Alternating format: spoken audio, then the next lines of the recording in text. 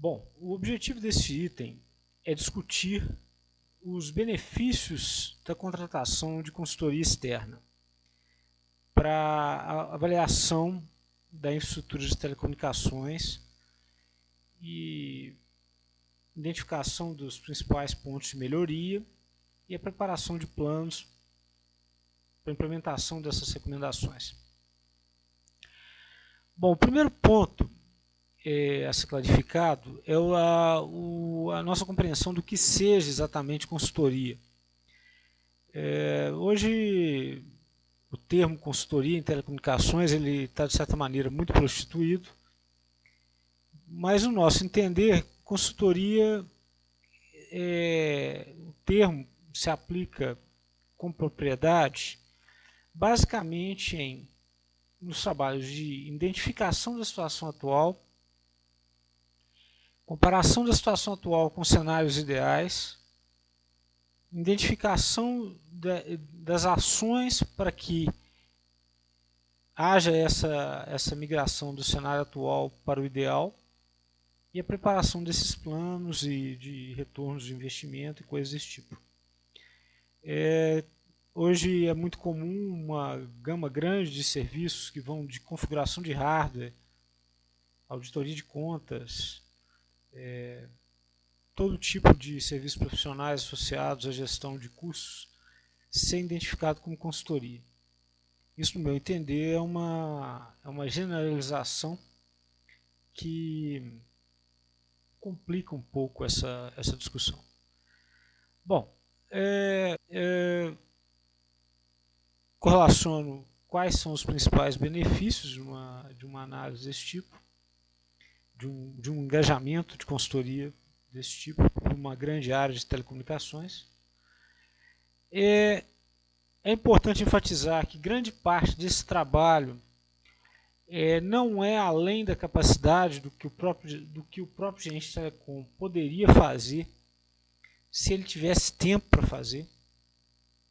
Isso até está na raiz da questão de que muitas vezes o gerente de telecom ele é resistente a esse tipo de trabalho, mas porque ele realmente acredita que ele teria condições de fazer tudo aquilo, mas o dia a dia muitas vezes impede.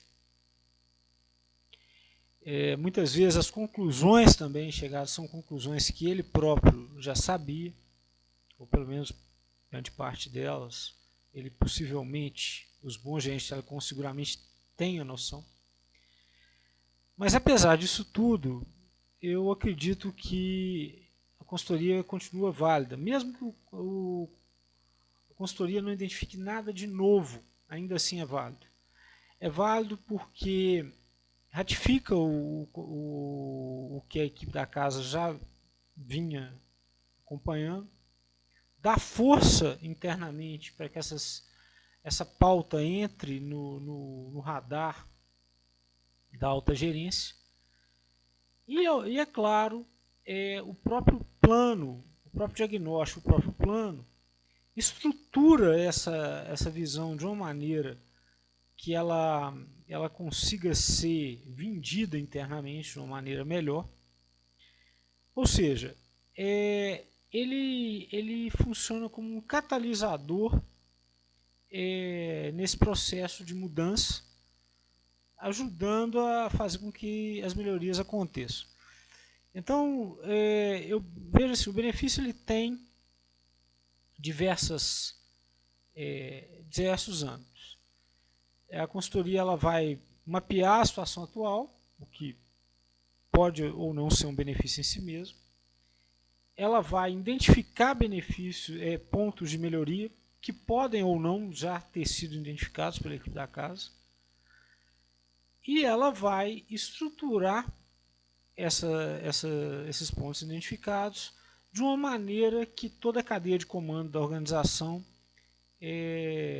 seja informada do problema, dos problemas ou dos benefícios e consiga se mover e articular recursos e priorizações de forma que esses itens sejam resolvidos. Uma consultoria ela é válida, no meu modo de entender, ainda que ela atinja apenas um desses fatores. Então, por exemplo, ainda que a consultoria não identifique nada de propriamente novo, mas se ela conseguir vender isso para a gerência de uma maneira melhor e fazer com que os recursos necessários para a resolução do problema sejam alocados, já é um benefício. Ainda que ela não consiga fazer essa venda, se ela conseguir identificar os pontos, também já é um benefício. Ou seja, ainda que ela não atinja todos os benefícios que ela poderia atingir e atinja apenas alguns deles, ainda assim já é muito justificável. É claro que existem inconvenientes, não só o custo em si de fazer um processo como esse, mas desconforto interno, todas essas questões. Mas a ideia desse item é discutir, mencionar esses pontos eventualmente negativos, mas sobretudo explicar por que o processo como um todo é benéfico.